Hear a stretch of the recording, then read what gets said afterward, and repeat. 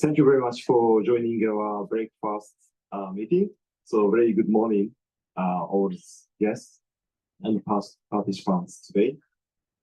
Firstly, let me introduce myself. My name is Hiroyuki Arakawa. I'm head of nature-based solution investment in Mitsubishi Corporation. And the Mitsubishi Corporation is a member of the alliance named the Good Rice Alliance. This alliance was established in 2023, consisting of Bayer, General, Shell, and the Mitsubishi Corporation. And this alliance is trying to improve rice cultivation activities by promoting sustainable rice cultivation technique. So today we have our guest speakers and a panelist here. So let me introduce each of them. So firstly, I would like to introduce Rui Huang from Senior Vice President, Investment Group from Gen0. And next, I'd like to introduce Otoha Tsui, she's nature-based solution investment team in Mitsubishi Corporation. And third, I'd like to introduce Nagana Gouda, consulting agronomist, the Good Rice Alliance. And Suhasu Joshi, India Carbon Initiative Lead from Bayer. And lastly, Sebastian Cross, he's a Chief Innovation Office and the co-founder of B0 Carbon. So thank you very much for joining this good panel. So today we have three agendas. Firstly, we'd like to provide overview of the Good Rice Alliance activities by Bayer.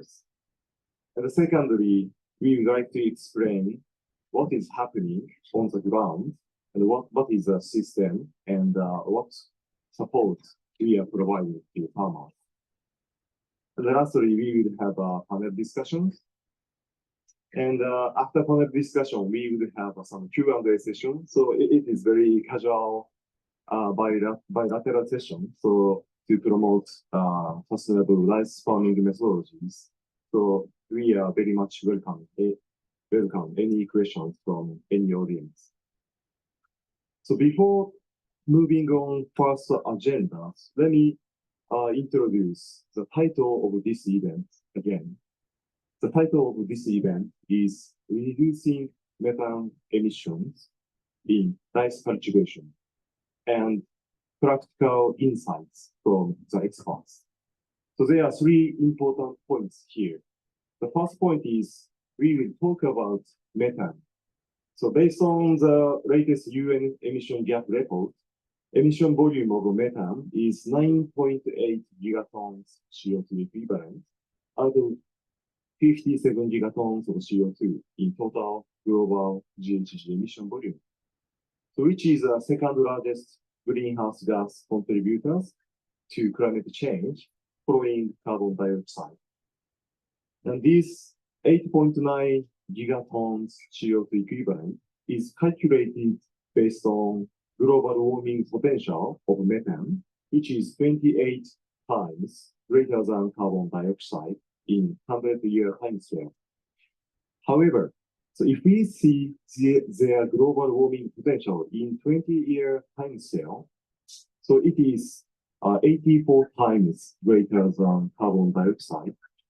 So reducing methane emission is widely seen as one of the fastest and the most achievable ways to solve global warming. And second point is we are talking about rice cultivation. So rice cultivation accounts for around 9 to 11 points of global anthropogenic methane emission. And surprisingly, so rice cultivation also contributes to global water scarcity, consuming over 30% of world freshwater. At the same time, rice is a staple crop for more than 50% of world population, and important crop from a food security point of view. So sustainable rice cultivation is very important for all atmosphere.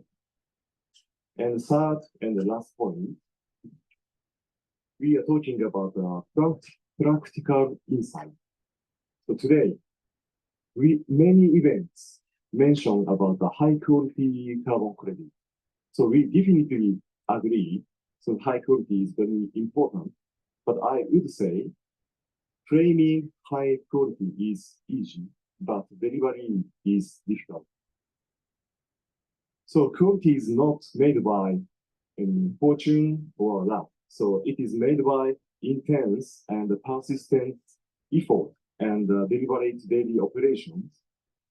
After spending huge hours and months or years, when the activities deliver the actual benefit to all stakeholders for a long time, the activities become a culture, then we can say the project deliver high quality value to society in a sustainable way.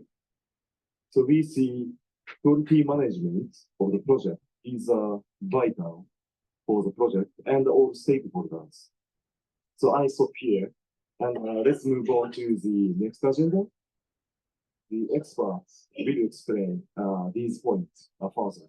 So firstly, please welcome Suhasu Joshi to explain overview of the Good Rice Alliance.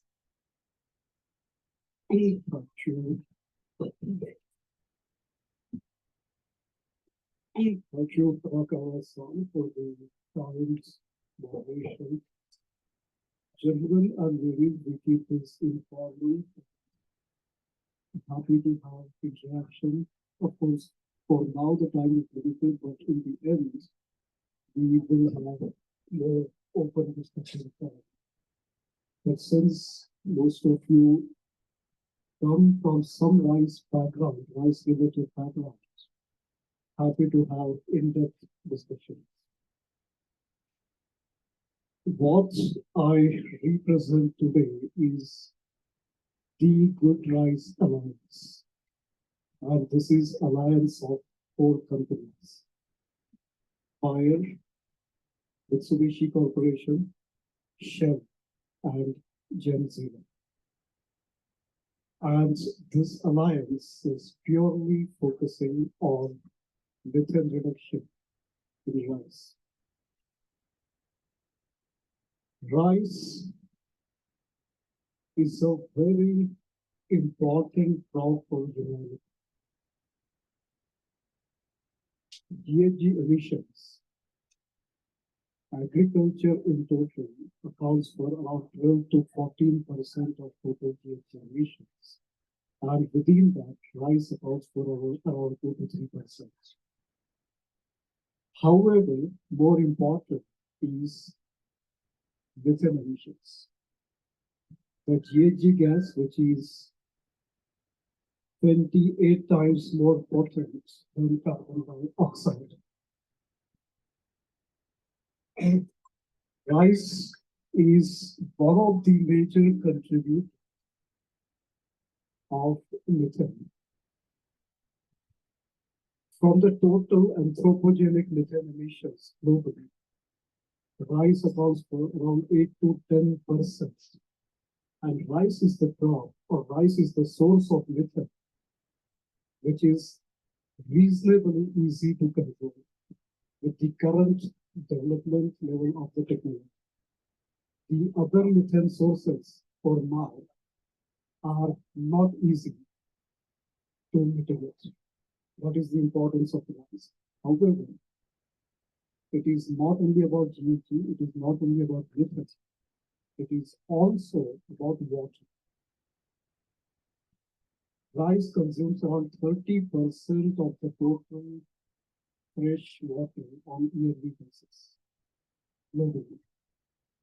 Now here, around 2 billion people are facing the shortage of water. And here is a crop which consumes so much of water. To produce 1 kg of rice, it takes around 3,000 to 5,000 liters of water. This is a very significant number because in South Asia or in Asia, typically per serving, everyone individually consumes around 50 to 60 grams of rice per serving. So imagine when you are consuming 50 to 60 grams of water, it has already consumed around 300 to 500 liters of water. Every lunch costs 300 to 500 liters of water. Importantly, rice is a great demethanization opportunity. However, at the same time, rice is the source of livelihood for millions of smallholder farmers. Each farmer holding around 2 to 2.5 hectares of land in Asia producing rice, his entire life depends on rice production. His family's income, his livelihood, his sustenance depends on rice production. And therefore, when we talk about demethanizing rice, this factor is very important. You are dealing with vulnerable section of the society. If you do not manage such projects well, if you do not manage such projects professionally, you might end up reducing the yield, you might end up reducing the profitability of the farmer, you might end up increasing his cost of cultivation. And therefore, such projects must be managed very carefully, very delicately, very responsibly.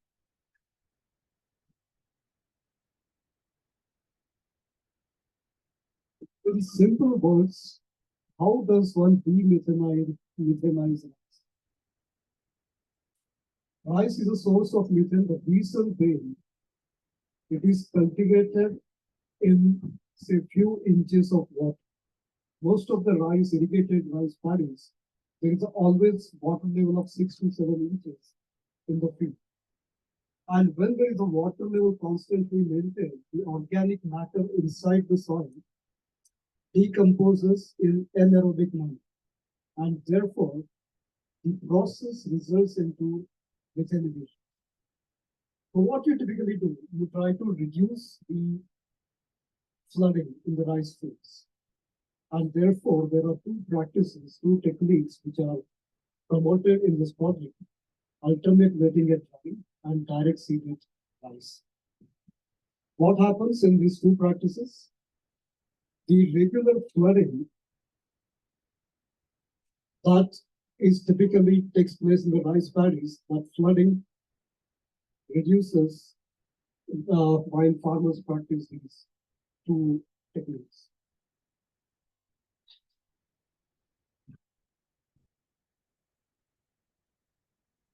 How do we operate? We deal with thousands of smallholder farmers. Current count is around 17,000 plus. We have around 45,000 hectares under this project. We work through various implementation partners. And who are these partners? These are small NGOs. These are farmer organizations. These are small agricultural companies.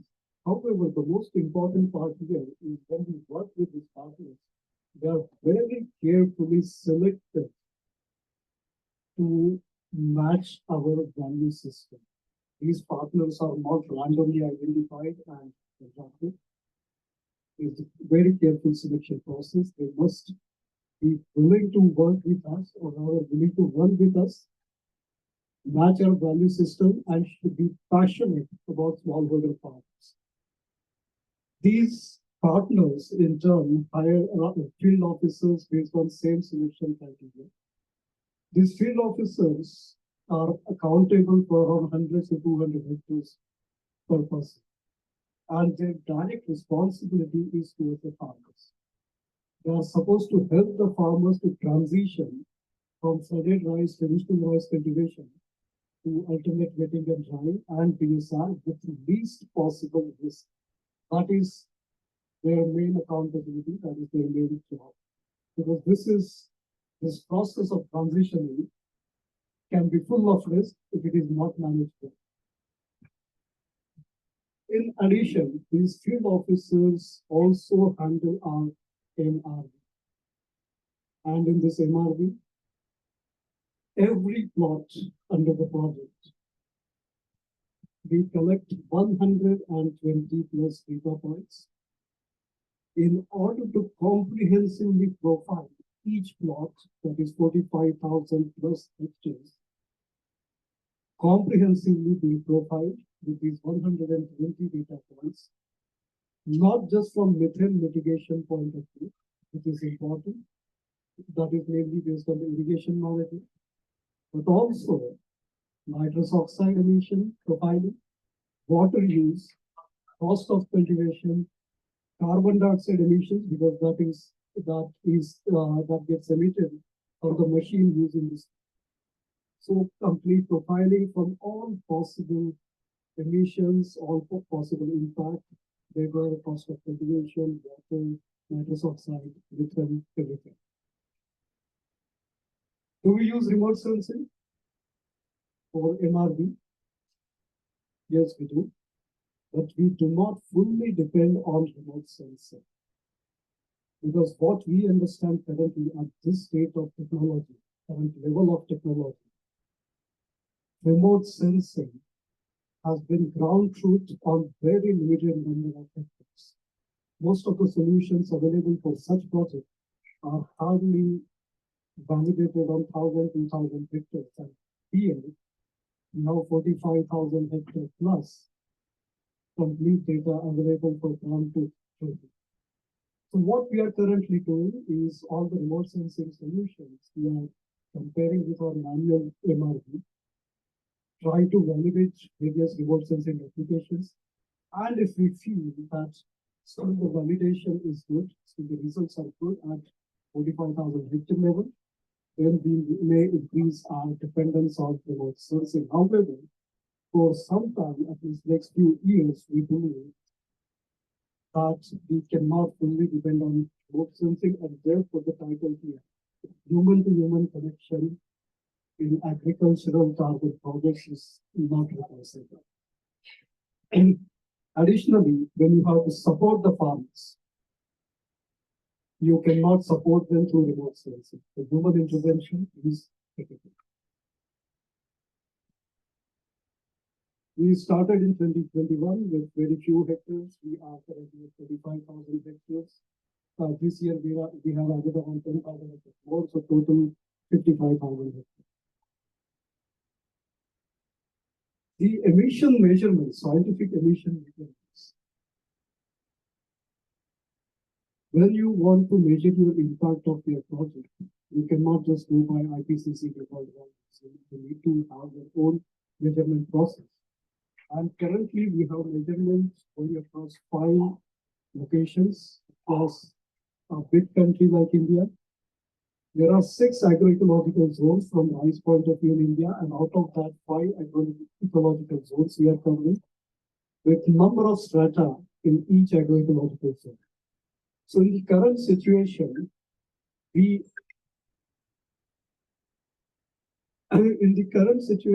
with these measurement efforts, we are representing at least 90% of irrigated rice cultivation practices in the country.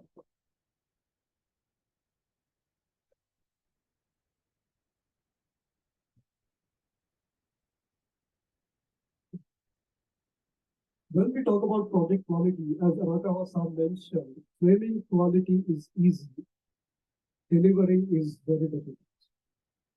And in this particular project, our entire philosophy of quality management, the total quality management, that originates from the concept of total stakeholder satisfaction. That's the ultimate objective. And when we say our stakeholders, the first most priority is farmer. The smallholder farmer is our key stakeholder, the credit of takers and investors. And everyone must have total satisfaction of working with us. And therefore, the topmost stakeholder, the farmer, the key requirement for him is least possible risk in transitioning from transplanted traditional paddy cultivation practice to the less methane practice, and the training and handholding support to these farmers becomes a very critical part of the project. So a very rigorous farmer training process. Every farmer undergoes trainings multiple times and he gets supported throughout the season. Our field officers visit each farm at least 12 to 15 times in a season, physically. That means 3 to 4 times in a month. And in addition, they are always accessible to farmer on WhatsApp, phone calls. So farmer is never left alone. The stakeholder consultations. We don't do stakeholder consultation just as a tick mark because the VERA or gold standard were required. These are done in the spirit, not in the letter. And therefore, all of our farmers, except a very small fraction which cannot make it, they undergo the stakeholder consultation process, systematic process, and they are given full opportunity or full access to the platform where there is a mutual communication. They can express their thoughts, they can express their concerns, and their answer. So we conducted around 200 plus stakeholder consultations in last 1 year, covering 95% plus our farmers. This is the total quality management as we say it. And when you claim quality for a carbon project, it has to be managed for each and every step in the project, each and every facet, not just a few parts. So first principle is complete adherence to TQM philosophy, total quality management philosophy.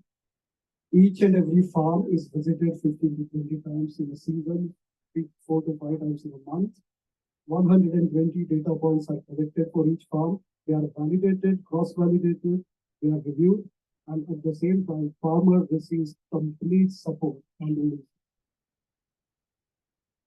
We have so-called SOPs on paper, but when people are not trained well, if they don't have knowledge, if they don't have expertise, everything is useless, everything is meaningless. Therefore, every field person, every team member is trained very thoroughly on both everything, on the concept of demethanization, on rice agronomy, and on irrigation management. So when they talk to farmers, they just not only talk about irrigation management, they talk about complete rice production. As I said, data is validated, audited, and reviewed before it gets. So this is at a glance where are we currently 45,000 plus hectares in year round across 11 states in India, 17,000 plus farmers, 21,000 plus plots, 200 plus stakeholder consultations, a number of trainings, 125,000 plus tons of CO2 equivalent reduction, water.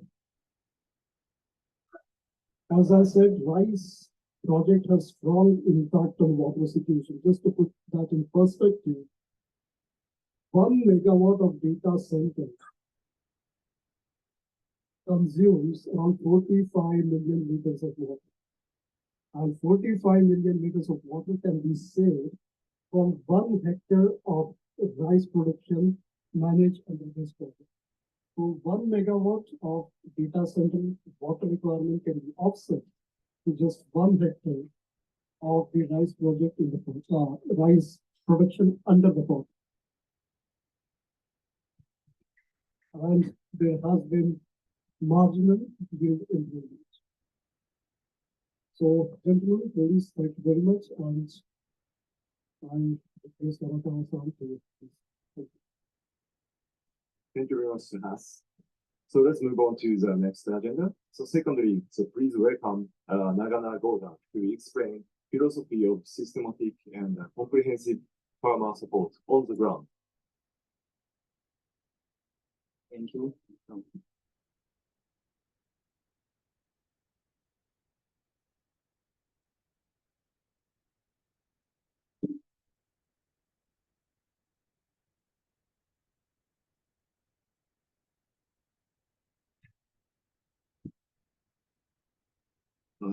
Very good morning, ladies and gentlemen. So I would be talking more about the field realities and the impacts that the project has created among the farmers. So I'll be talking about what we are doing on the field on day-to-day basis, the workflow, the core activities that we are going to effectively implement the project. I would say the success of our project depends on three, four key important things, and I'll be talking more on that, and then the outcomes. You know what we are doing on day-to-day basis. We are working with thousands of farmers, 17,000 currently on day-to-day basis to support them in transition from regular paddy growing practice, that means regular flooding practice, to more sustainable practice by reducing water usage in paddy cultivation. So without compromising the yield. Always for a farmer, the regular income is a must. So if there is any compromise in the yield, so his income will be sacrificed. So the core focus will always be on maintaining the yield, sustaining the yield, and possible increasing the yield. So the current workflow is they have project. So the project has got multiple implementing partners. So implementing partners would identify field officers. They would work directly with farmers. So after that, there will be regular information flow among all the people involved in the project. So the core objectives of the project, as you know, the first is to enable a process for smooth transition from conventional paddy growing to a sustainable practice. That is the one. And the second thing is, many a times the practices are adopted in the first stage, but they will not be continued. Here we are focusing on the sustenance of the adopted phase in the long. The third objective is to build the capacities of partners, farmers, and also the local stakeholders, including government officers, on the sustainable rice cultivation practices. Yes, above all, the core of the project is to deliver top quality emission reductions from paddy cultivation. So I would say the project so far has been quite successful in the field. The three major contributing factors towards the success of our project are the team, the farmers, and the strong MRV system that is in place. I would like to discuss each one of them in brief. So let's look at the team. Team is very important in successful implementation of any project. This being one of the big projects, so the team selection is very, very crucial.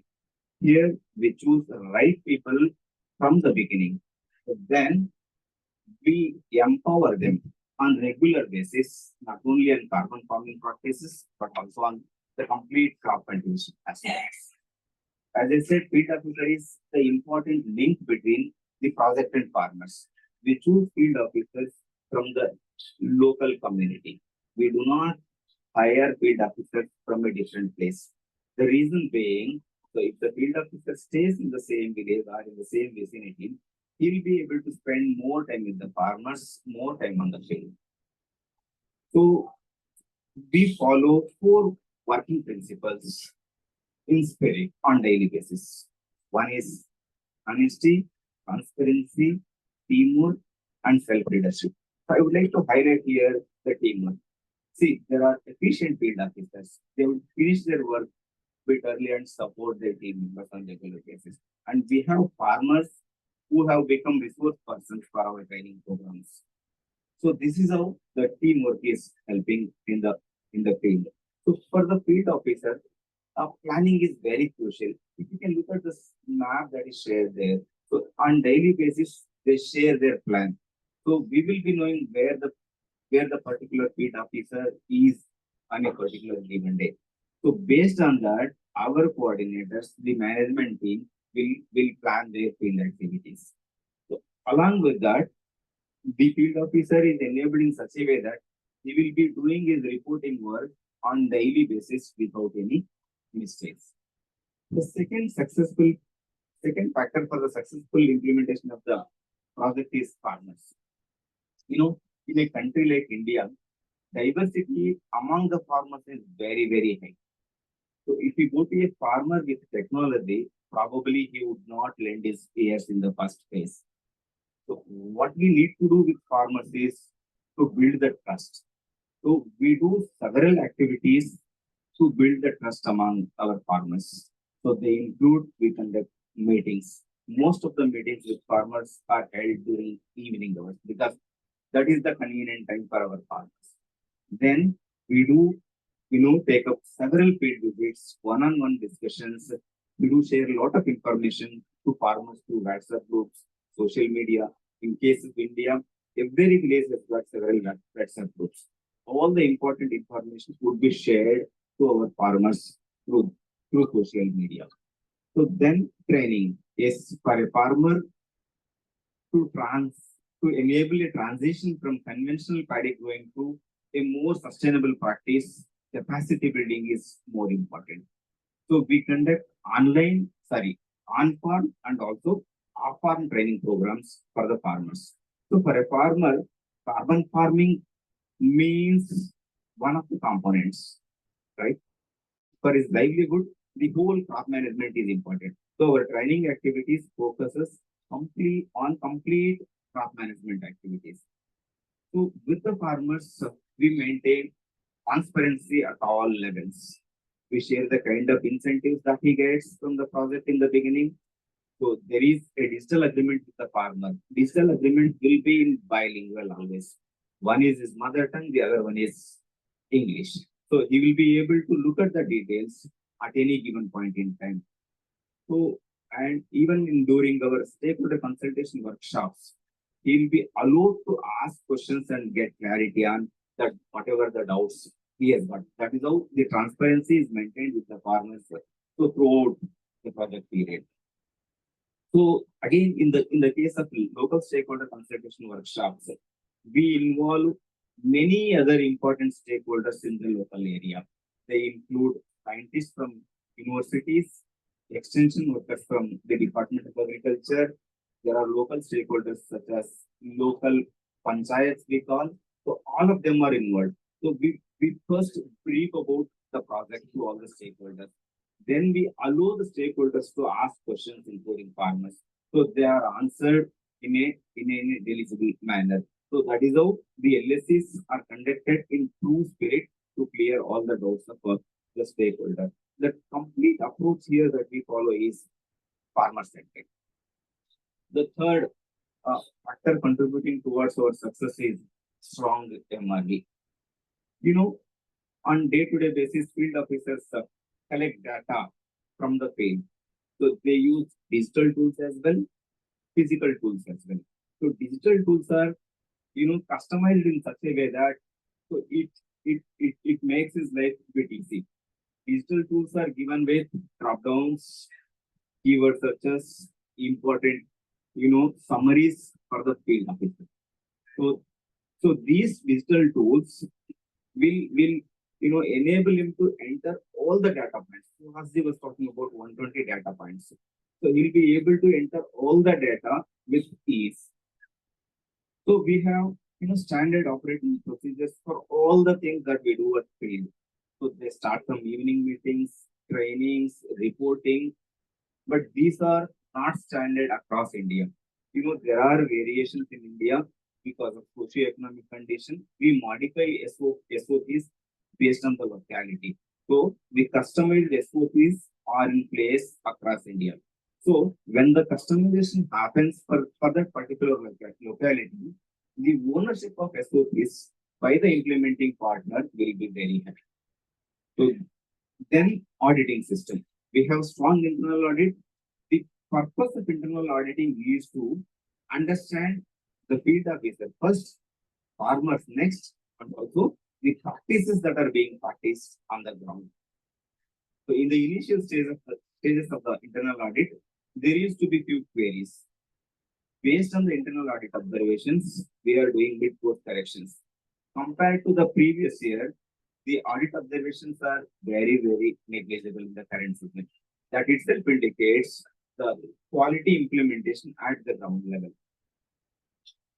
So sharing of knowledge, we do conduct several sharing events. They include field days, farm trainings, and also on social media. So the heart of the project, MRV, is functioning very well. So the important outcomes that I would like to highlight so far. The first is farmers' trust on the project. So far, the retention percentage is 90%. There was a drought. There is also a crop shift. If these two things were not there, the retention percentage could have gone beyond the 95. So retaining more than 90% farmers in the long run itself is a very good achievement. So partners' relationship with the farmers. Because of the project, the partners have strengthened their relationship with the local community. So they are in a position to provide more services to the farmers through this project. Yes, every stakeholder, including partners and farmers, have got practical experience on implementing sustainable agricultural practices in rice to reduce methane emissions. So here I would like to share one or two examples. Some of our farmers have become field officers after one season. Our farmers are used as resource persons to conduct training programs in the neighboring villages. So these two are the indicators that the community capacity building has happened through this particular project. So the main purpose of the project is to reduce methane emissions, right? There are multiple benefits that our farmers are getting through this project. One is water saving. There is 25 to 35% water reduction depending on the location. Reduced pest and diseases. Reduced pest and diseases means farmers are using less chemicals. They are incurring less cost for the paddy cultivation. There is an improved fertilizer use efficiency. Because of the increased fertilizer use efficiency, the number of tillers are more, the strength of tiller is more. The crop is less susceptible for lodging. It will not fall off easily when there is high wind. So in that situation, the combined harvester takes less time for the harvesting. So farmer would be saving some money on the harvesting as well. So if the plant is standing erect and harvesting happens, the grain quality will be good. So when the plant is not going, lodging, the quality of fodder is also good. That means to say, we are not only producing quality rice for the consumers, we are also producing the quality fodder for our milk animals, dairy animals. So in total, we are here for building robust systems. We'll be in this space for a long term with quality carbon credit in the rice sector. Thank you. Thank you very much, Madam Gordon. So now I'm excited to move on next agenda, which is a panel discussion with these expertise.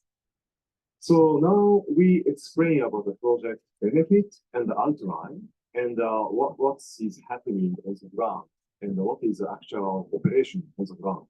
So I want to start this panel discussion by asking questions to investor side. So I want to start to ask question to Louis Fan from Zenzero. So Zenzero is an investment platform aiming to accelerate decarbonization.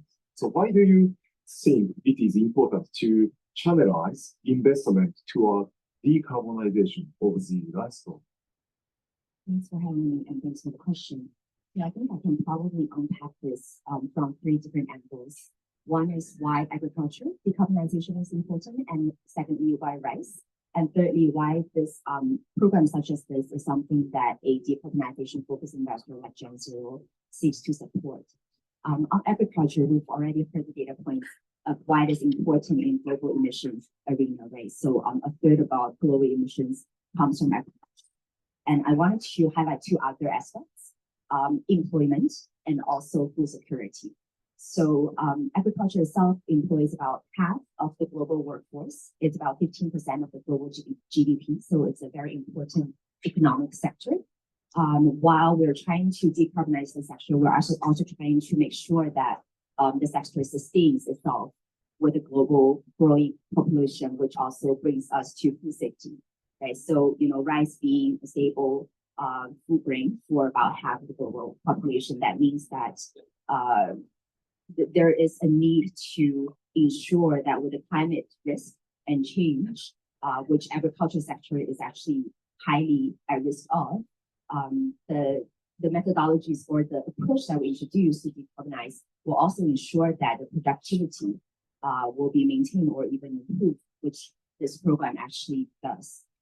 I think I also wanted to bring your attention to the funding gap of agriculture decarbonization. So according to a World Bank report published this year, there is a need to bring the investment to about US $260 billion per year to ensure that agriculture sector can halve its emissions by 2030 and reach net zero by 2050. But in the meantime, investment into agribusiness startups, such as what this program is trying to do, is only about 6% of the global venture capital investment. So there's really a big funding gap. And if we bring our lens to Asia, agriculture actually plays a more prominent role in the emissions. About 50% of emissions from South and Southeast Asia come from agriculture, and rice is a very prominent contributor to that. But I think the good news is that the solutions are existing, like what Suhas mentioned, alternative wetting and drying or directed seeded rice. Those are cost-effective, proven solutions that are scalable, that could transform the existing industry. Because when we think about what this stable food crop means, it means that it's culturally significant, and it's also very hard to find a substitute for, right? So if we're thinking about some of the other agricultural sectors, for example, livestock, while decarbonizing the livestock industry itself, we could potentially find alternative protein sources. But rice is probably something very difficult to replace. So our only path forward is really to transform the existing product and the value chain. So the solutions are existing, but why do we need investment in it? Because we see that existing incentive to change the behavior is not sufficient for the agriculture sector alone. So to enable the farmers to adopt the more sustainable practices, we really need additional incentives. For example, carbon markets. The provision or generation of carbon credits will provide additional revenue for the project, as well as potential income to the farmers, which can enable them to think about adopting these practices before their yield, the outcome of the project of increasing their yield can come about in several years. So those are really some of the aspects that we think about when we channel investment into rice. Yeah, thank you very much. I'm quite agreeing with Jennifer's directions, and it is great observation. So there is a huge funding gap, but there is some tangible solutions. But we definitely require to prepare incentives for farmers. Yeah, that's great observation. Thank you. Thank you. Great. And next, my question is to investor side as well. So next question is to Otoha Tsui from Mitsubishi Corporation. So what do you think are major critical factors from the investor perspective in terms of agriculture carbon project, apart from high quality credit, which I think is anyhow mandatory for any project now? Thanks for having me again. My name is Otoha from Mitsubishi Corporation. He's my boss, so it's a little bit nervous to answer his question. But yes, it's a very good question, and I do totally agree that quality is like the mandatory aspect. So I would like to speak from the farmers level perspective and the investors level perspectives both. What would be the crucial point to speak in terms of pursuing this carbon project? So starting from the farmer's perspective, I believe it's something that it's very crucial to let each of the individual farmers to understand how it's very important what their behavior is influencing and how this power of influencing minimizing the methane emission from their daily activities. And when it comes to like a mass and collective behavioral change, this would result in a massive impact in our carbon market, which I believe. And especially, I think Suhasan had mentioned earlier, but the rice methane emission from India is quite of a huge quantity impact that they would really have. And 500 million to 600 million is the total emission from the agricultural space, and the 10% is the rice methane that covers. And then from that, it would be 10% of the impact that's India, which is originally coming from. So if individual farmers collectively behaviorally change throughout our project, it would become a massive impact, which I believe, and I think that's what originally it's very important to understand each individual's to understand what climate change is and also how their behavioral change would directly impact their daily lives because they're not really aware of what climate change is, and also they by connecting their daily how can I say the events that they encounter, especially something like droughts would be a good example. And in order to educate them, it's very difficult without having the support from the local partners like Nagano-san that we have right now, because just day one and knocking onto the doors without like having no connection with them, which is very difficult, I believe. So their local support is definitely going to be crucial to achieve this project. But not only like educating the importance of climate change, but I believe that enhancing the quality of life of each of the farmers is also crucial. Otherwise, it's not going to be sustainable. So I think the sustainable structure to make them more incentivized from the economic perspective is also important part, I believe. And I think the result that we have earned so far is that the production yield of this rice has enhanced throughout implementing this AWD or DSR. So that would increase the economic money that individual farmers can experience. And also by minimizing the cost of the water, which is, I think Suha-san have mentioned earlier, but it's almost 15 buckets of size of 15 meters size pool, which is the Olympic size that we usually see in our daily lives, and which is that can be cost. How can I say the water reduction can be observed only from 1 hectares throughout the year, which is I think massive, and I think that would also enhance the quality of life and minimize the workloads of each of the farmers throughout their whole lives by implementing this practice. Sorry, but another thing I would like to add is from the investor's perspective. And from Mitsubishi, we have a long history, and unfortunately, we have to share the sad story that we have made exits so many times on the upper stream of agricultural project we have so far. And the majority of the reason comes from the volatility of the commodity prices and also the weather conditions that would influence all those commodity prices. We weren't really capable enough on to manage those agricultural risks, and we weren't skilled enough that we had to make decisions of exits for so many times. So considering that circumstances, we feel from the investor side it's very important to have like Bayer to who are very skilled in agricultural risks and management from their perspective. And so from our perspective, it's very important to have those kind of partners who are skilled enough with the agricultural risks, and also local partners who are very aware of this localized environment and to adapt and provide tailor-made advisories to each of the farmers. And also, I think, with this, thorough, wide network that each of the individuals have, I think those kind of leverage, would definitely gonna, have this more robust, investors, and the partnerships that together, delivering this knowledge, in this space. So yeah, that's my quick, summary. Thank you very much, Dr. Parks. You touch upon various important aspects, so your answer is just, I say, excellent. Thank you. Thank you very much.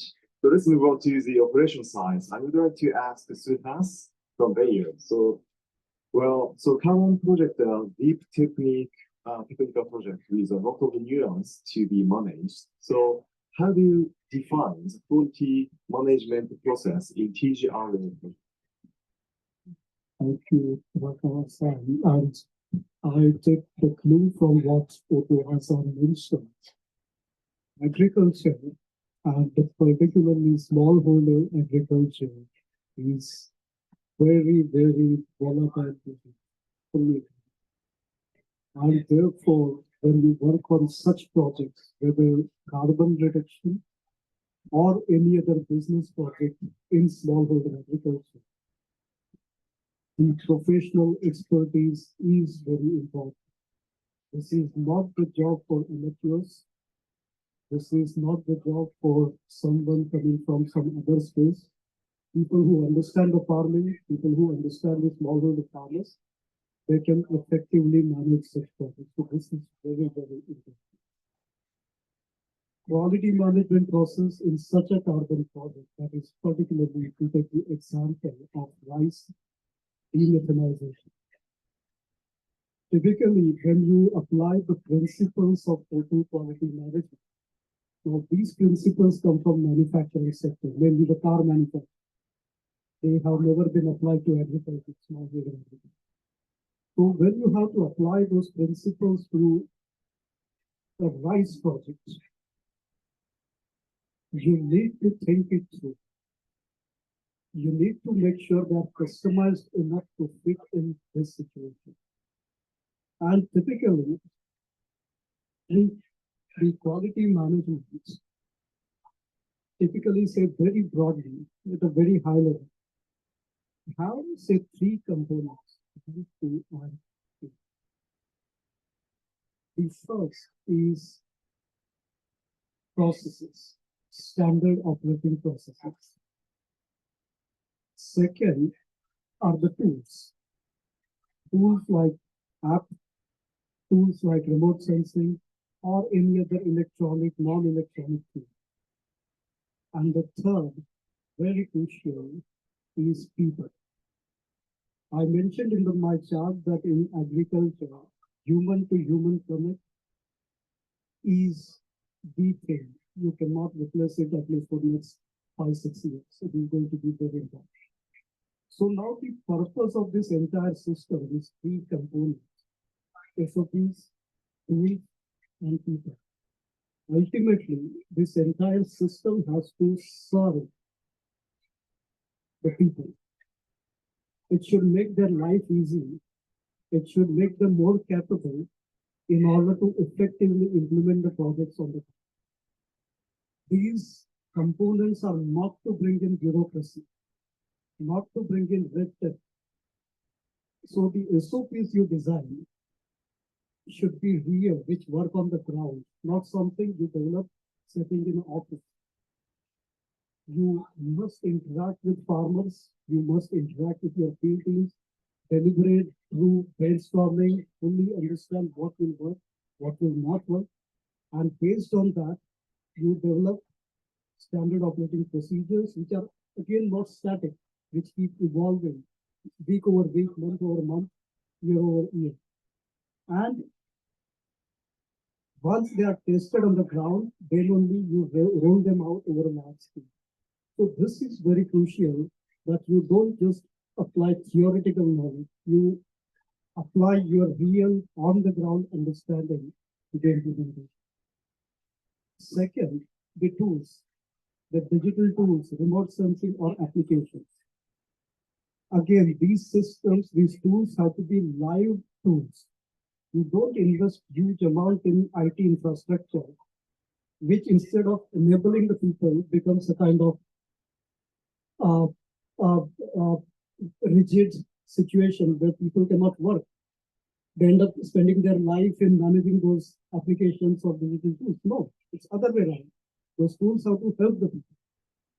So those tools have to be live, evolving, changing as per the situation. And third, important, the people. If they are not, their capacities are not built, if they are not well trained, if they don't have knowledge, they are not going to deliver on the ground. Investment in capacity building is most crucial.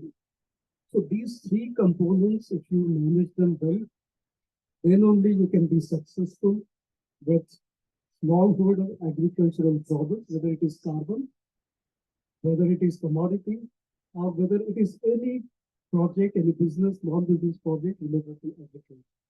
Thank you. Thank you very much, Has. Now we would like to more deep dive into the actual implementation. So question to Nagana. So the project implementation is a rigorous process, right?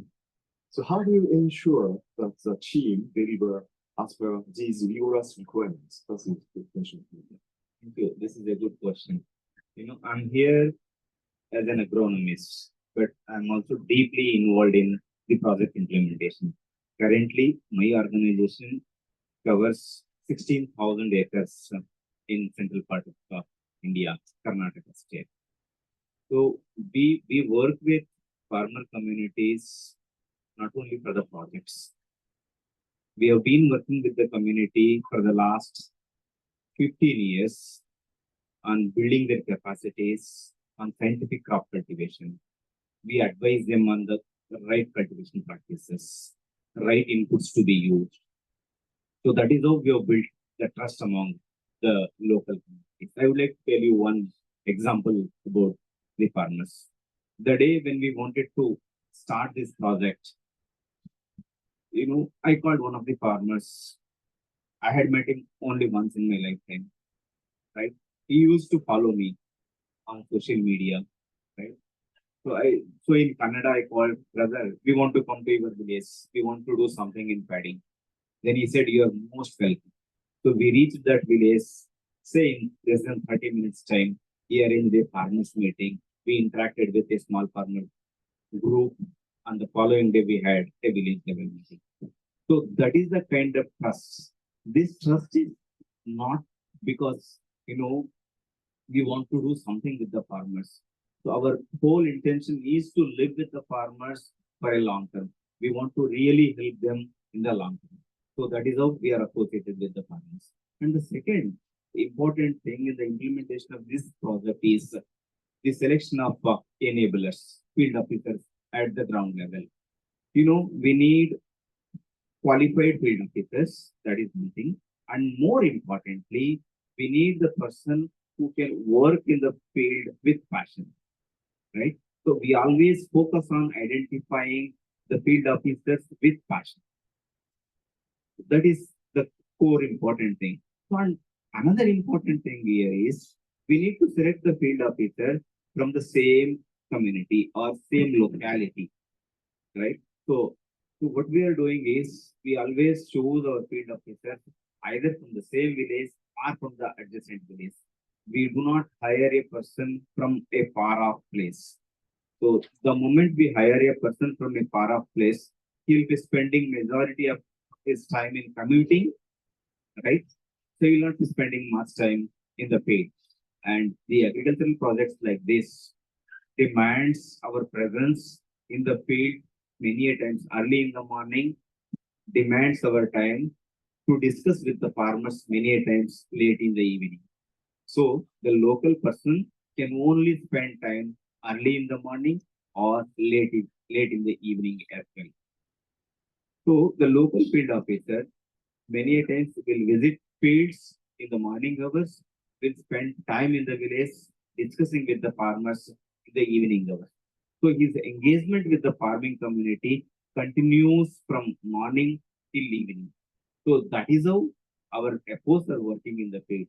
So on one hand, we have trusted farmers, and on the other hand, we have passionate field officers to work with. So third thing is the management or the implementing partner level. So when the partners are highly ethical, highly committed towards the goal, so these three things are blending in such a way that the results are obvious at the field level. So I would like to tell you one example. See, we implemented this particular project in a village. By looking at the results, the same farmers referred the project to a neighboring village. If these people are good, the results are obvious, we can also continue. So the farmers are voluntarily approaching us for the enrollment under this project. This is one important thing. The results are shared in the social media. I've seen farmers keeping important aspects like, my field is not completely under flood condition with the pipe in their status, in their WhatsApp groups. So three things, like we have trust among the community members, we have passionate field workers, we have empowered people. So that is how the implementation at the ground level is top notch, and hence we are seeing so much success at ground level. Thank you. Thank you, Nagana. So now we have an image of the actual implementation and the operation on the ground. But also we are talking about high quality carbon credits. So we have a V0 here. So Sebastian, so question to the V0 as a rating company. So considering the complexity of the rice methane production project, particularly in smallholder agricultural environments with multiple small production units and seasonal variabilities. So what key quality parameters should we assess for reliable rating exercise? Yeah, thank you. And thank you to the Good Rice Alliance members for inviting me here. As we've heard today, this is a really important area where carbon markets can have a big impact. Rice is as you've heard, a staple food for many that has high emissions footprint, and the nature of its farming means that traditional forms of finance aren't available. And it's the perfect setup for carbon markets to be channeling finance to fund intervention. But this can only happen if carbon markets work. How do we make carbon markets work? As we said, we're a rating. What do we look at when we rate projects? To be clear, we're not the arbitrators of quality. Like, quality is a subjective term. Right? Different people can have different perceptions of what quality means. Ratings look at risk. We look at carbon risk. And understanding carbon risk is really, really important. It's important for buyers, because buyers are using credit to make carbon claims, and they need to have the confidence to make those claims. We've seen that the market struggled historically when the claims that they're making are backed up by the outcomes on the ground. And investors also need to have confidence and understand risk. Investment is built around risk. You are putting capital to work, understanding the return on a risk-adjusted basis. But carbon's quite unique as an asset class. You don't take delivery of carbon. It's intangible. It's really, really hard to measure. And in some cases, you can never be proven 100% accurate on the claims that you're making. Additionality being the case in point. You're basing it against counterfactual you can never observe. So that makes it very, very hard as an asset class to understand the risks in a similar way to you do financial assets, where if somebody's made a loan, you know whether that loan has been repaid or not. So the system that we've set up is designed to try and take all of these risks into account and reflects it in carbon terms. Right? Our rating scale looks at the lowest to highest likelihood that a credit achieves a ton of carbon. But a large part of this is really looking at the data that we have available behind these claims, and the extent to which that gives us confidence that the claim is robust and that the risks are being managed. So if you look at the three risk factors that we measure: additionality, carbon accounting, and non-permanent. The additionality here, to what extent can we try and prove that the intervention is only happening because it's being financed through the carbon footprint? And there's multiple ways to test additionality. Right? Financial additionality being one step, but also common practice. Right? is this particular intervention practice in the area that you're looking at, you know, and how can that improve it? And so we look at all the different ways that additionality can be tested. And so, you know, rather than an accreditation system, which is just taking a binary assessment of additionality, is it pass or a fail? What ratings can do is open up that scale that exists, open up confidence that we have in the additionality, and bring, you know, lots of data in to test that. The second factor, carbon accounting. As has been highlighted today by the panelists, a large part of what we're doing here is largely statistical. Right, you cannot measure all of the methane that's being avoided through these interventions. So you don't have the full sample size statistically behind what is being claimed for the issuance of credit. But we have to look at this almost as a statistical exercise and say, what data do we have available? And what confidence does that give us in, therefore, the credits that are being issued? As we've heard today, that is a mixture of both remote sensing, but also the ground truth data that you have to be able to calibrate that and understand its accuracy. So again, we look at all of this data and feed this into an overall assessment of all of the calculations and assumptions that feed into issuance and the confidence that we can have in those.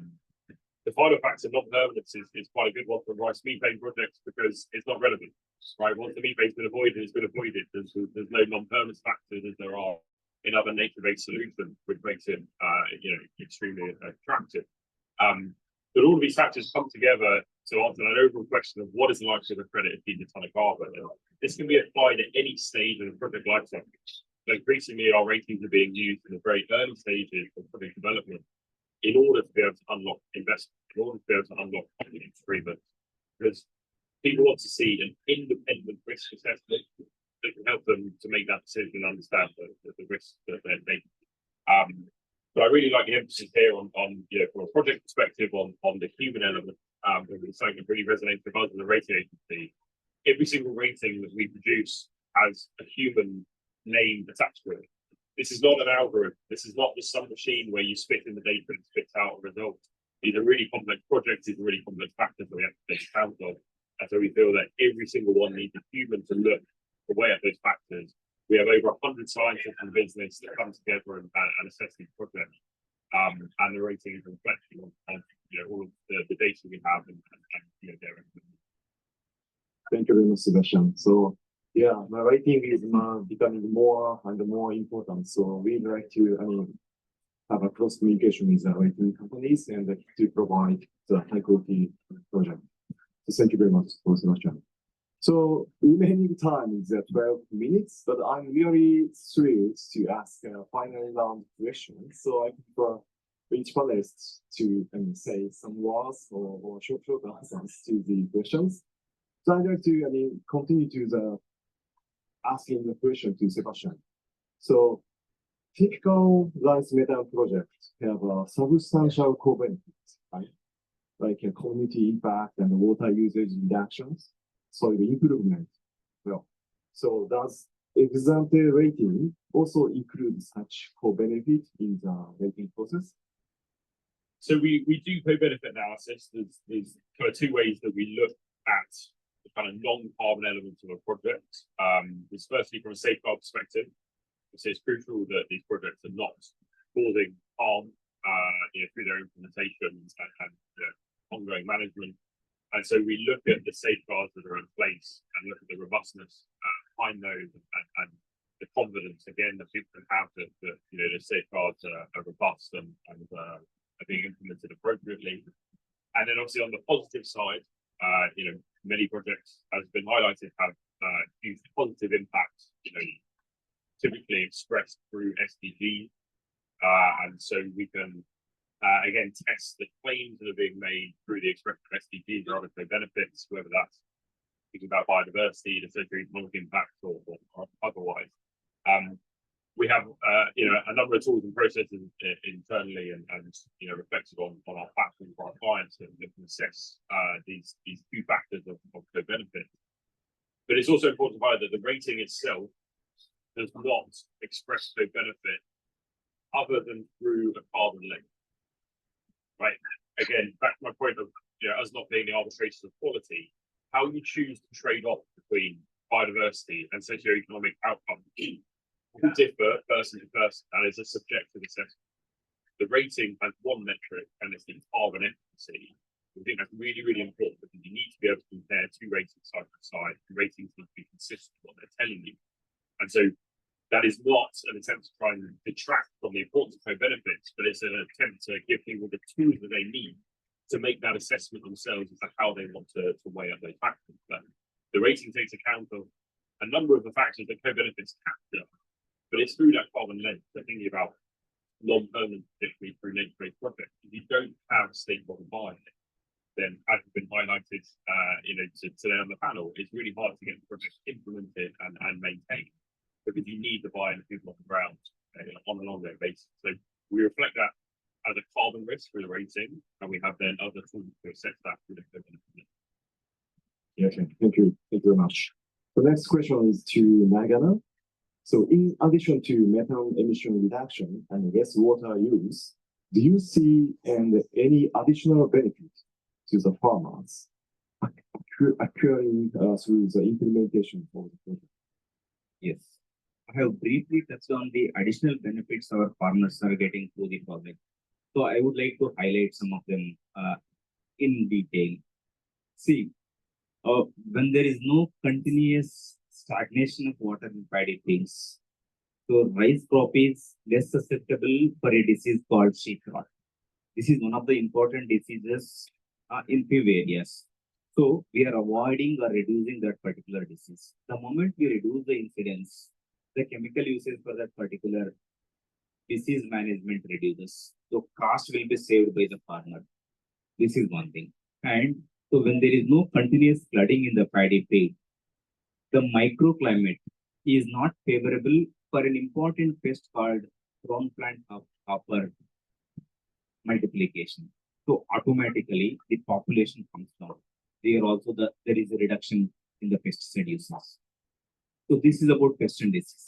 And the next thing is when we don't use so many pesticides, the emergence of natural crop defenders like parasites and predators population will be very high. So we can easily find a balanced ecosystem in our paddy fields. Then let us talk about the nutrient use efficiency. The moment you use more water, more dilution happens to the nutrients that are applied to the field. When you use optimum water, the efficiency of nutrients is getting increased. The moment nutrient use efficiency increases, plant takes up more nutrients, it grows with more health, it produces more number of tillers. So that is the reason why we are finding there is an increase in yield. So in many of our areas, we found about 200 to 250 kg per acre. So it becomes almost 500, 600 kgs per hectare yield increase. It is attributed mainly towards the increased nutrient use efficiency. Apart from this, the crop is less susceptible for lodging because of the good tiller strength. When the crop is not lodging, when the crop is not falling on the ground because of high winds or sometimes hailstorms, the quality of grains is improving. The quality of rice that we are consuming is improving. So it is not only improving the quality of rice, definitely it is improving the quality of water. So hence there is a positive impact on the health of our milk animals as well. So these are all the known benefits. I would like to highlight one of the examples, one of the incidences that I noticed in our farmer fields. One of our farmers was cultivating paddy in his 5 acres. He left 2 acres fallow in the previous season. Because of the increased water use efficiency, in the current season, he has also brought 2 more acres under rice cultivation. This is the best example on the increase in nutrient use efficiency, increase the water use efficiency. So the additional benefits, as Sebastian was also saying, so it is not only the carbon methane reduction, there are multiple. So hence we are saying we are following complete or comprehensive approach at field level.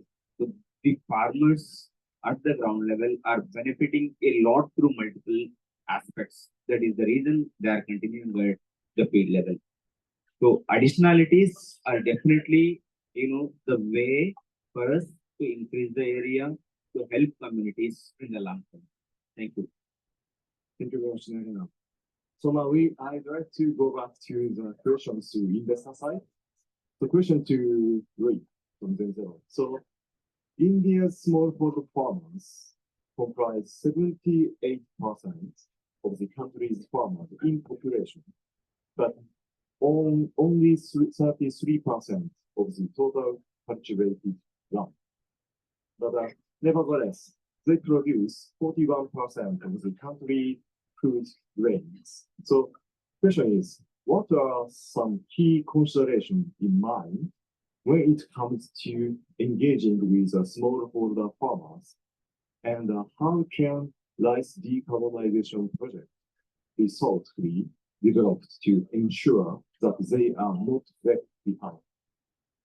Thanks. It's an interesting way to ask how to not leave them behind, right? Because actually from the introduction and discussion so far, we know that they are at the core of success of this project. I think the questioning probably follows from the narrative that we often hear from an investor or carbon market player perspective that, you know, the people benefits are a co-benefits, it's a side thing. But actually smallholder farmer really is at the core of the success of this project. I think like Sebastian mentioned, it really builds into the permanence and continuity of the project. For example, when we engage the farmers, we really need to understand what their pain point is, and the solutions need to directly address their pain point. For example, rainfall dropped 70% from 1950s from India. What's the solution for that? You know, alternative flooding and drought can help reduce the water use. That's a direct solution for that. For example, labor availability is an issue, then actually direct seeded rice is a solution for labor shortage. And the scenario is really localized because from what we understand, it's really a 2-3 week window per season where all these actions happen in traditional rice farming. And we really need to, the success of the project really depends on what the farmers are able to implement in those short periods of time. And I think as an investor, the role that we play in making sure that, you know, the benefits are shared thoughtfully, you know, the program is structured thoughtfully with the smallholder farmers in mind is from probably 2 aspects. One is thinking about the holistic benefit sharing package, right? So there is the non-monetary component, which was mentioned about training. You know, the provision of training is actually addressing one of the key bottleneck of implementing these sustainable practices, because without access to training as well as financing and some of the upfront equipment, the smallholder farmers will not be able to adopt those practices. Second is probably having a workable model that is scalable. So having a coalition of partners that think about not only with, you know, 45,000 is already large, but what about the remaining of Indian rice farmers? How can we build a program that is scalable to that extent? So thinking about the necessary elements to scale the program and thinking about what really incentivize the farmers to adopt behavioral changes, right? So probably they need some upfront payments. That is the first to get them on board. But us, we generate credits from the projects, then how do we think about a continued fair benefit sharing? So what we are really encouraging is to thinking about us, the volume, as well as the pricing from the carbon generation from this project increases. Then could we think about sharing a higher percentage or a higher portion of the revenue from the farmers? So the benefits is distributed more fairly across the parties. And the other aspect that we really encourages and work closely with our partners on is the measurement, because we really think about carbon as a market mechanism to channeling the funding, right? So how can we channel more funding into this project? And actually, when we think about enhanced MRV and measurement, it doesn't necessarily mean that we'll have less credits. It just means that we have more accurate measurement, and then investors and buyers can have more confidence in the volume that are issued. So for example, with the introduction of GHG chamber measurement on the ground, really actually from the experiments, we know that it has an enhanced yield compared to, or the enhanced result compared to remote sensing before the process. So that's actually contributing to a higher, potentially higher volume of issuance that can bring more funding to projects. Another model that we're exploring is biochemical models. So thinking about very precise, modeling instead of generic default volumes or values to be used, really helps to enhance both accuracy as well as the benefit account to the project. And I just wanted to probably end on one data point, going back to a World Bank report that's published this year, that the return on investment for agriculture decarbonization, according to World Bank, is 16-1. So thinking about not just decarbonizing, not just the yield increase, but also soil health, water safety, as well as health and economic, empowerment of communities. So it is we need to think about the benefits on a holistic. Thank you very much, Lee. So we have now remaining two questions. The question goes to Otoka from Mitsubishi Corporation. So the theme is, we are talking about the high quality carbon credit. So while framing the high quality is easy, but the delivery is difficult. So how can investor support to the building of the robust quality agricultural project? Yes, so it's a very good question. Again, it's a little bit nervous to speak in front of my boss. I think it's very important to, so from the investor's perspective, and I think if we situate like the AIR team as an operator, and also like a designer, and also conduct the operation entirely, and if that's something situation, I think from the investors we could describe us as like a guardrail of the project design.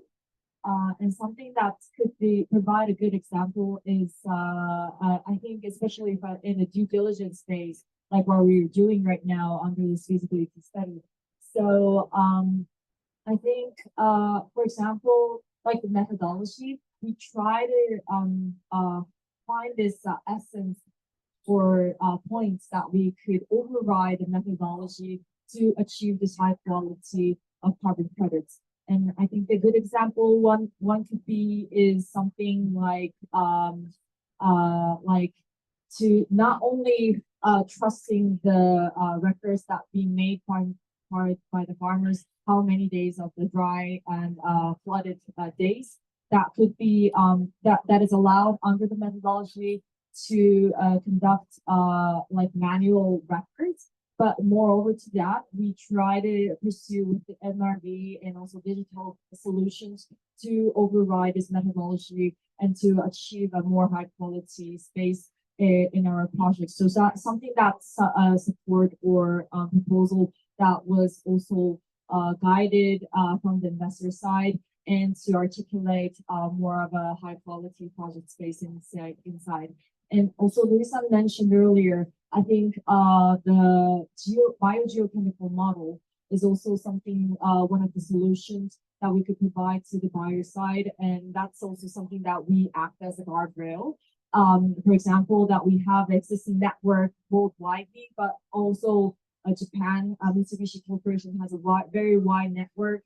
And we have found certain experts that also conduct the 30 years of track record in history in Japan, because we also eat a lot of rices, and we have many data sets that they have developed so far throughout the 30 years. This long-term expertise have leveraged of calibrating the biogeochemical model that might be usable in our project. So those kind of we try to like have as much as possible of the options on the table, and to discuss among the partners, including the operators, to have this best option and to provide a high quality credits to the potential buyers.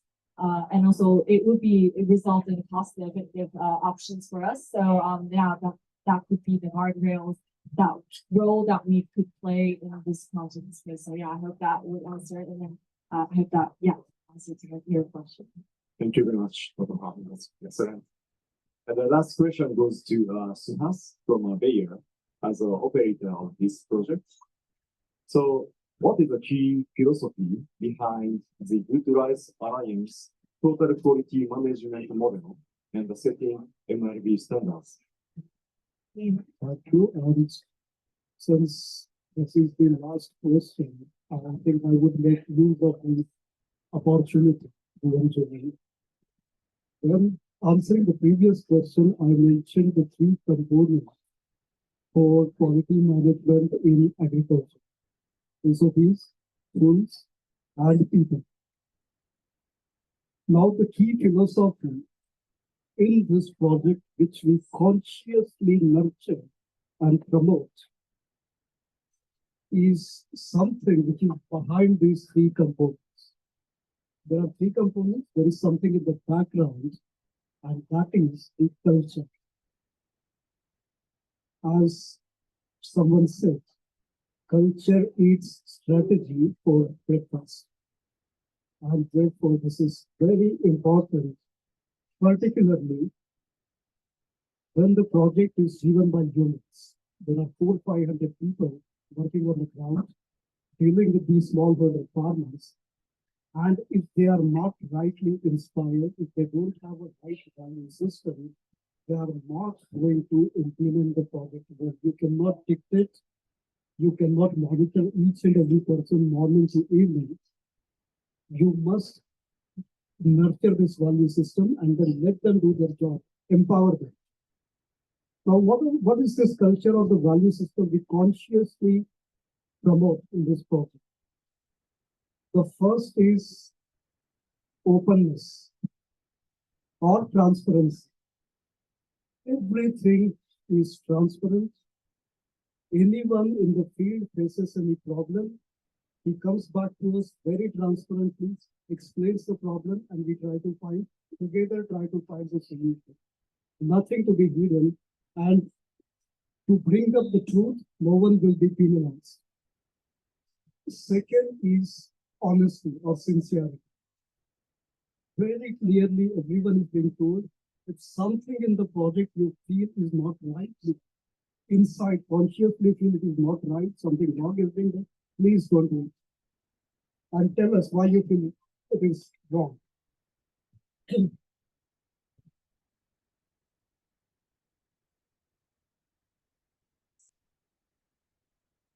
you. The third is teamwork. Everyone must support each other. Whether it's a partners, none of our partners compete with each other. We never encourage them. If there is another partner who is facing some problem, the one partner will go support him. Same at the field level. Any field officer, Naganda mentioned his job is, today's job is done. Someone else, he will go to someone else and help him out. Teamwork. And fourth is self-leadership, as we call it, this kind of accountability or empowerment. We call it self-leadership. So take your own decisions. Each field officer is empowered within the framework of SOPs. He can take his own decisions, he can solve his own problems, but in case he faces any major problem, he can come back and he gets supported. So these are nice, okay, nice to talk. Value system is nice, culture is nice, theory is nice. But how actually you make it work on the ground in the operation? That has to be very carefully nurtured. The first step is you practice it yourself. If the project management practices this consciously, demonstrates this to the field, we are honest, we are open, we are very transparent, we support each other, they will see and they will follow. They will not listen, they will see and then follow. So every instance, when this is demonstrated, it slowly percolates down. When they are encouraged to practice this, they will start becoming their own behavior. And this is how the project becomes live, project becomes healthy, and project becomes very successful on the field. Thank you very much, Shas. So, as I told you, so this event is, casual and interactive session. So if audience have any questions, please ask the question. Yes, please. So from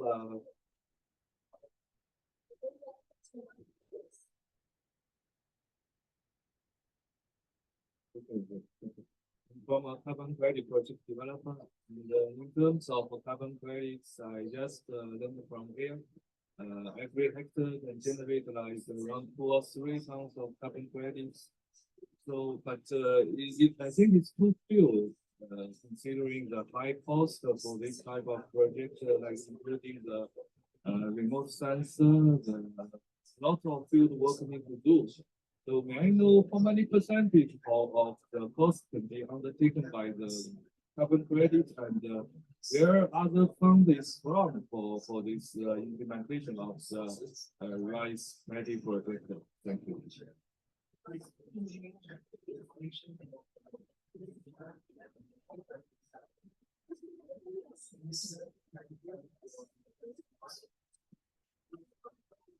Again, the expertise of buyers, the professional expertise of buyer in smallholder farming, that results into effectiveness of this program also from the cost point of view.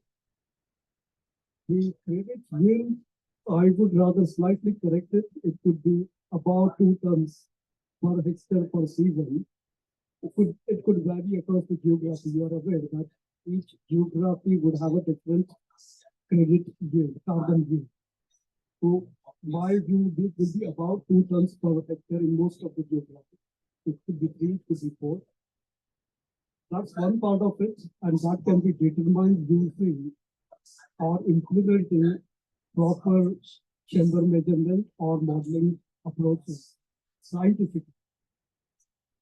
Second part is implementing these projects at a scale in a very cost-effective way. And here is the actual expertise of a project developer.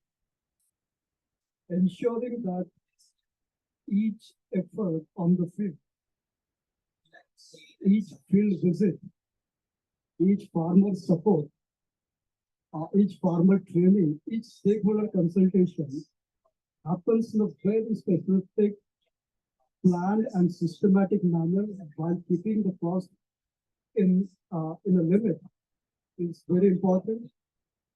All over 200 stakeholder consultations, every element is thoroughly planned. Where it will be held, how many farmers will come, what kind of food we will give to them, what kind of proceedings will happen in 1 hour, how the invitations will be sent. Every element is thoroughly planned with the cost budget attached to that. So very clear, thorough planning of each activity with very specific cost control mechanism. You can manage it well, and the reasonable ROI can be delivered on this. I just also wanted to, sorry, just to and build on what you have mentioned. I think the beauty of doing a project with an existing economic return, which is the rice crop, is that the carbon revenue is not expected to be fully funding all the implementations, right? And then the percentage is probably varying by region, very much so. But I think that is different from other type of carbon projects where, for example, avoided deforestation, the only revenue stream comes from carbon. So that is quite a big distinction, and I think that goes to the mobility financially of the process. Just what's the value at which you're talking about the return on? So the value of the carbon credit. I wouldn't be able to give answer to the value. The yield, carbon yield would range from 2 tons per hectare per season, and maybe 3 to 4 tons depending on the geography. I would not be able to attach a price to that because price is volatile, and unless we are able to make a transaction, I would not be able to say respond to the value. The viability of this project shouldn't be. Yes, we have taken conservative estimates of the value, and within those estimates, with the operational efficiency that we say following the project implementation, we are reasonably good with our ROI expectation. And to the last point about the viability of the project shouldn't be dependent on carbon. Actually, that is the flip side of what additionality is. So actually, having financial additionality means that the project needs to depend on carbon, to some part of it, or to demonstrate that without carbon, it would not have taken place. So actually, there's a flip side to it. But I think what we can say is that, in terms of the economic benefits of onboard to farmers or the cost of onboarding farmers in the initial phase is actually quite a substantial portion of the expected carbon costs. How do you actually prove that it's additional? Because if it can't be that the carbon project, the value of the carbon is what's driving the project itself, it can only be an added benefit. So that means something that we've already existed, right? Or there has been a plan to do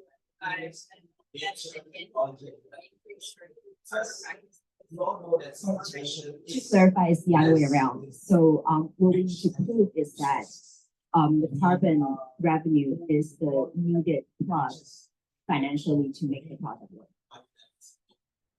So actually, without the carbon, the project wouldn't have worked financially. I think yeah, Yeah. you have to have some other supplemental funding because the carbon project won't work on its own. Right?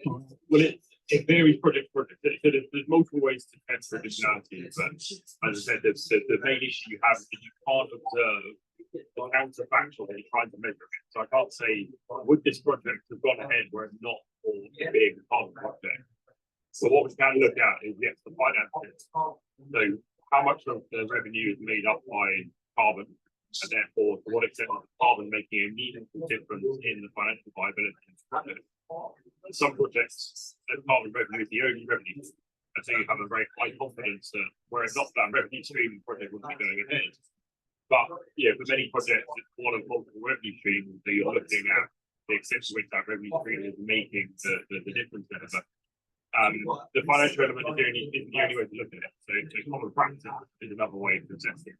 Is the intervention that the project is financing common practice in the area? Likewise, barrier analysis. Are there barriers influencing this project that the carbon market is helping overcome? But for us, the rate agency, we try and take into account all of these different texts to build up the richest picture that we can of additionality. At the end of the day, it's all about confidence.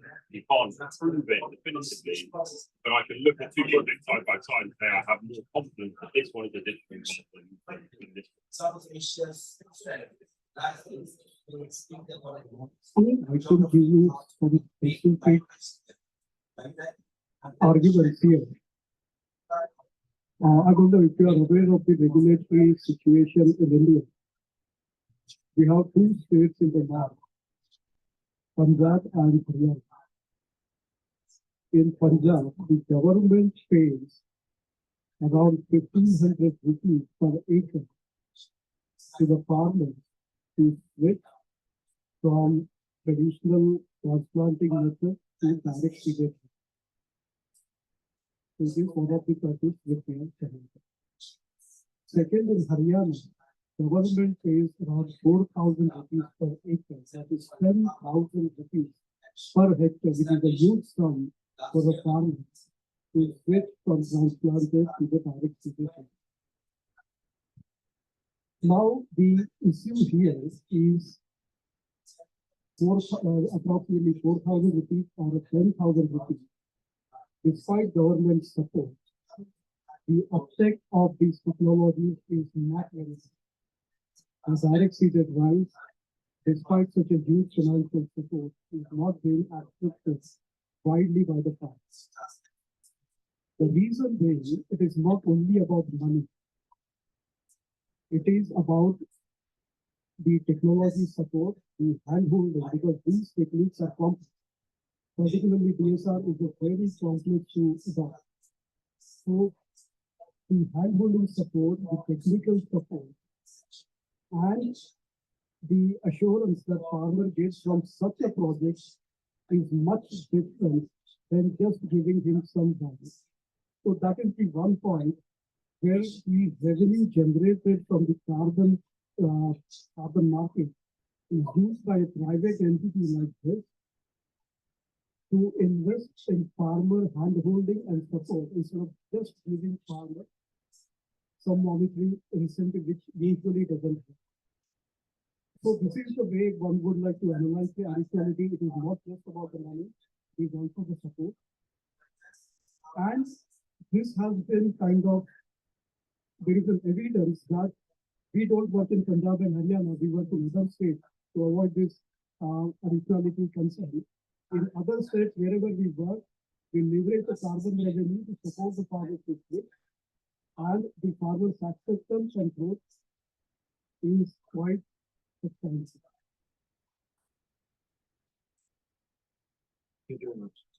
So now we have running out of the time. So if we have any questions, we ask the panelists after this session. So yeah, thank you very much for your participating. And I want to close this session with appreciation to the panelists and all of the participants and audience here. Thank you very much.